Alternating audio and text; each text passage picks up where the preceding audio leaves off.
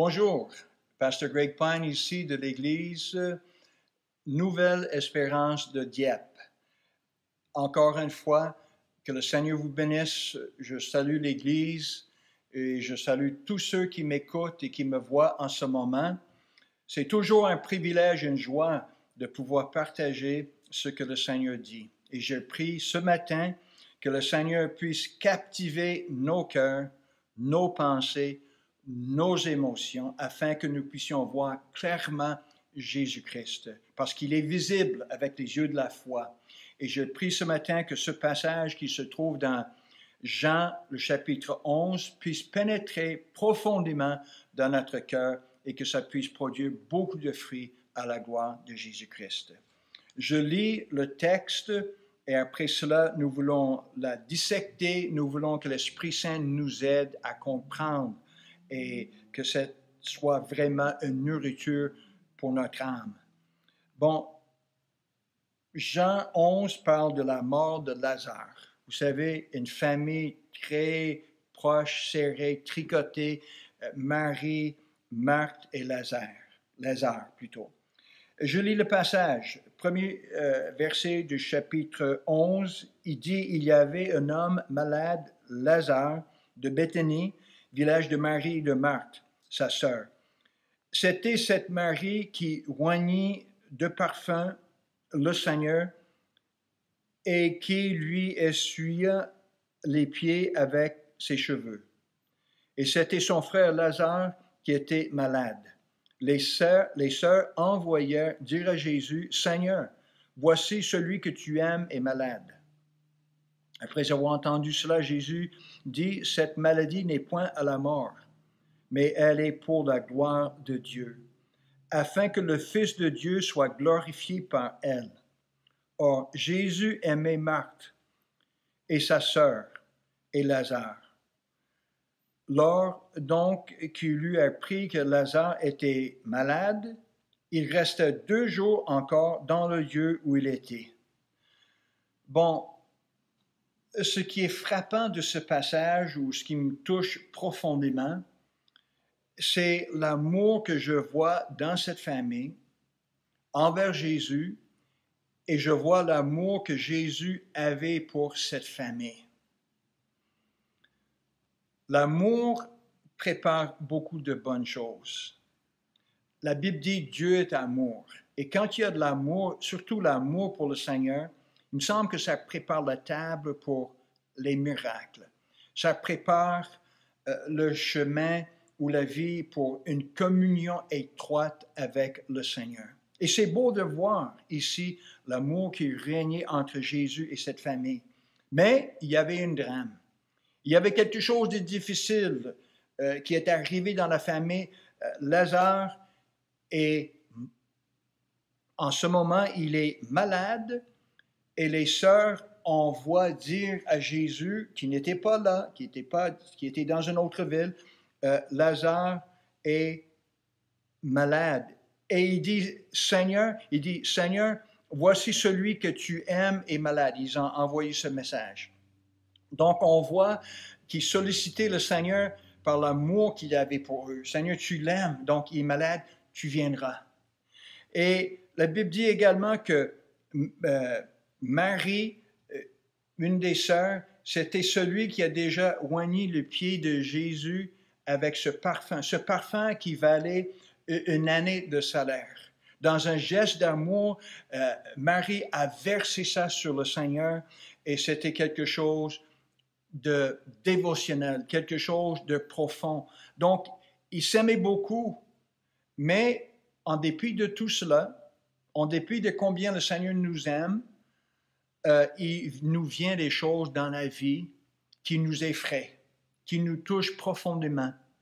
Donc, ils ont envoyé un message, Seigneur, viens tout de suite. Et on voit un peu plus loin dans le chapitre que le Seigneur ne venait pas immédiatement. Il restait encore 2 jours. Mais le Seigneur préparait une scène, le Seigneur préparait quelque chose pour faire éclater son amour envers eux et même sa puissance et comment il était en contrôle de toutes choses. Peut-être dans votre vie, vous vivez des choses, puis le Seigneur, tu ne viens pas tout de suite. Seigneur, on t'attend, puis tu n'as pas réglé cela, et c'est menaçant, c'est quelque chose de grave. Seigneur, où es-tu? Et puis on panique. Mais le Seigneur est en chemin.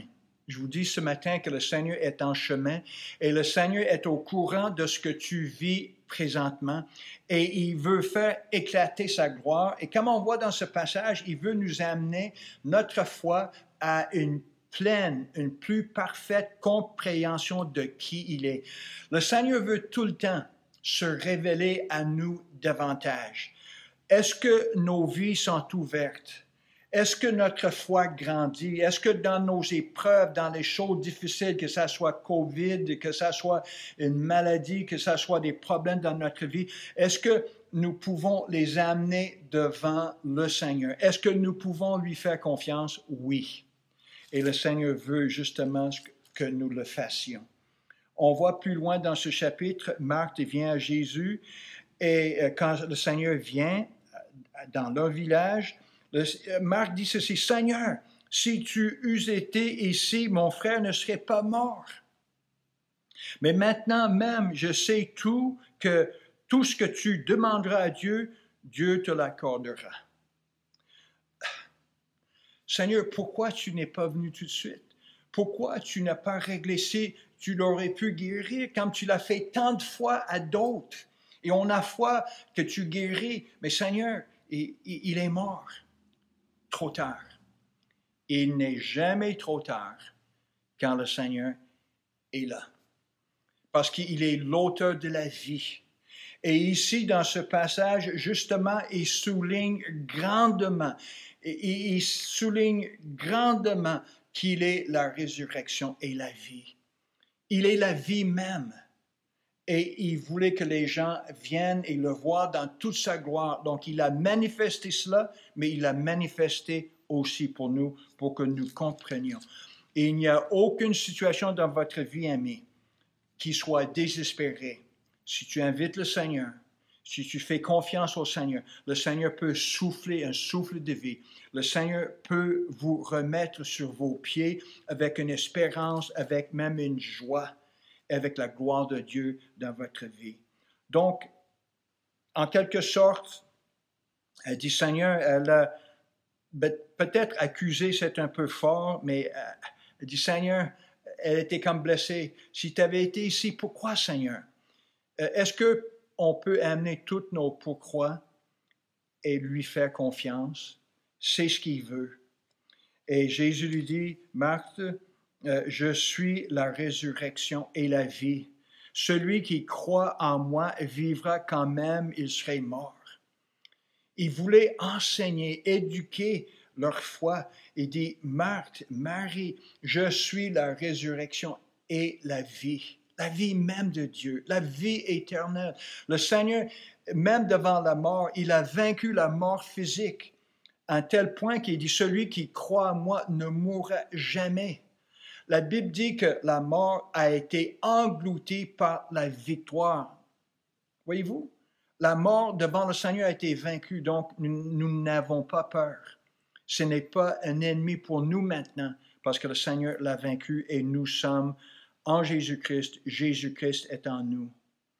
Et quiconque vit et croit en moi ne mourra jamais. Crois-tu cela? Il dit à Marthe. Est-ce que tu le crois? Est-ce que tu crois que Jésus est la résurrection et la vie? C'est lui qui va te ressusciter un jour. Mais c'est celui qui nous ressuscite maintenant.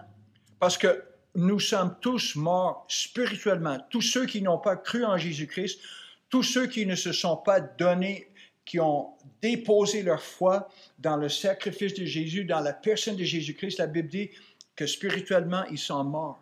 Donc le Seigneur nous ressuscite spirituellement. Mais gloire à Dieu, un jour, il va nous ressusciter du tombeau et on va vivre éternellement avec le Seigneur. Un peu plus loin, dans ce chapitre, le verset 22 de Jean 11, c'est Marie qui arrive sur scène.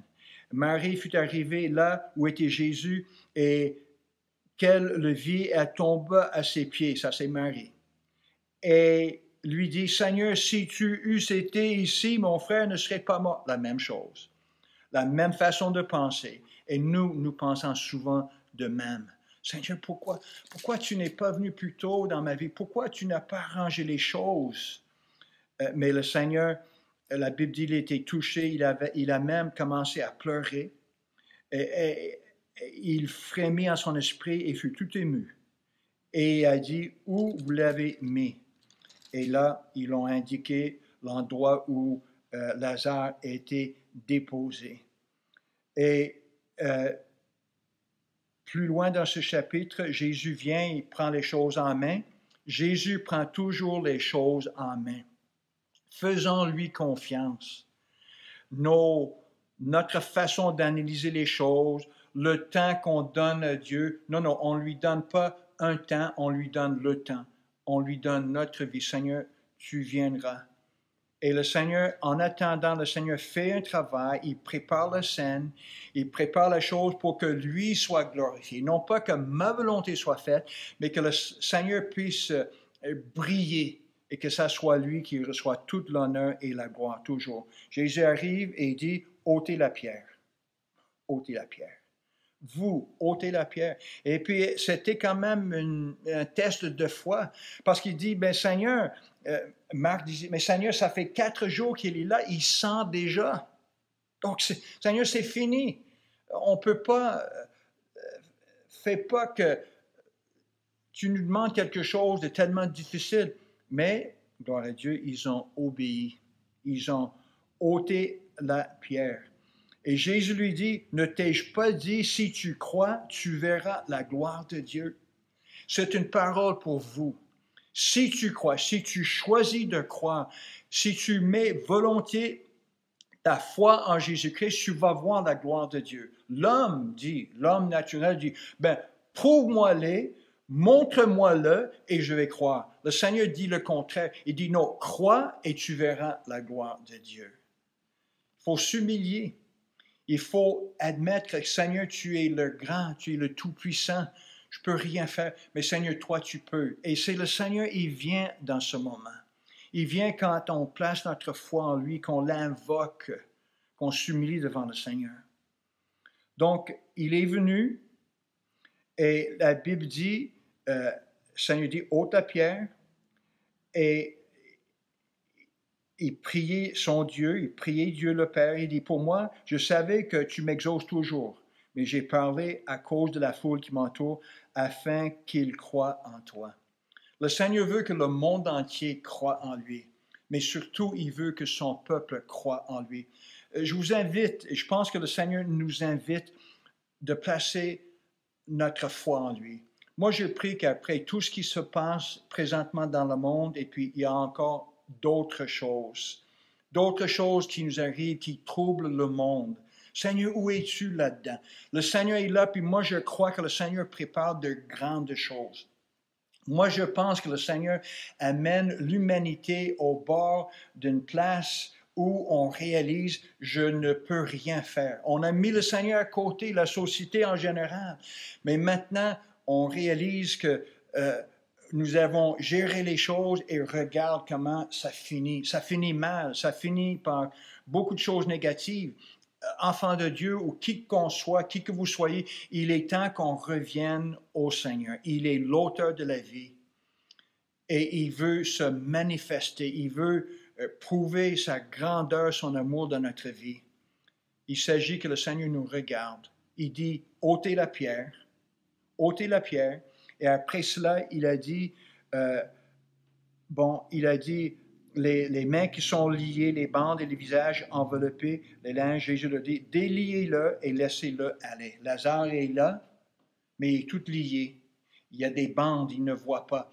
Le Seigneur veut ôter les bandes de nos yeux afin qu'on voit tel que lui voit. Et le Seigneur veut délier nos mains et nos pieds pour que nous puissions marcher dans le droit chemin, dans le chemin serré qui mène à la vie éternelle. Le Seigneur nous a libérés, enfants de Dieu. Le Seigneur nous a sortis du sépulcre pour que nous puissions vivre pleinement pour le Seigneur. Et je veux, avec la grâce de Dieu et l'aide de Dieu, vivre pour le Seigneur plus que jamais, Dans ces jours de trouble, où la consternation, la confusion règne, je veux vivre plus pour le Seigneur. Et je veux que vous viviez pour le Seigneur. Et le Seigneur veut que nous vivions tous ensemble pour le Seigneur. Je veux prier en ce moment. Seigneur, oh Dieu, tu sais ce qu'on est rendu, tu sais ce que nous vivons. Tu sais des fois le doute qui peut régner dans notre cœur, ou le trouble, les blessures, puis des fois, Seigneur, on pense que tu t'éloignes de nous, mais tu es proche. Combien tu es proche, Seigneur. Je prie que tu puisses nous toucher de nouveau, Seigneur. Touche nos yeux. Ressuscite-nous, Seigneur, spirituellement et même dans la vie pour que nous puissions voir tel que tu vois. Tu es le maître de toutes choses. Tu es la résurrection et la vie. Et Seigneur, je prie pour tous ceux qui m'écoutent, tous ceux qui me voient en ce moment. Fais un travail de profondeur, Seigneur, afin que les vies soient fondées sur toi. Ô Dieu, que nous puissions venir à tes pieds, que nous puissions être comme Marie, qui a pris ce parfum d'un grand prix et on verse ça sur les pieds de Jésus-Christ. Seigneur, nous voulons avoir une relation profonde avec toi. Nous voulons t'aimer de notre cœur. Seigneur, je prie pour chaque personne dans le nom de Jésus-Christ. Amen et Amen.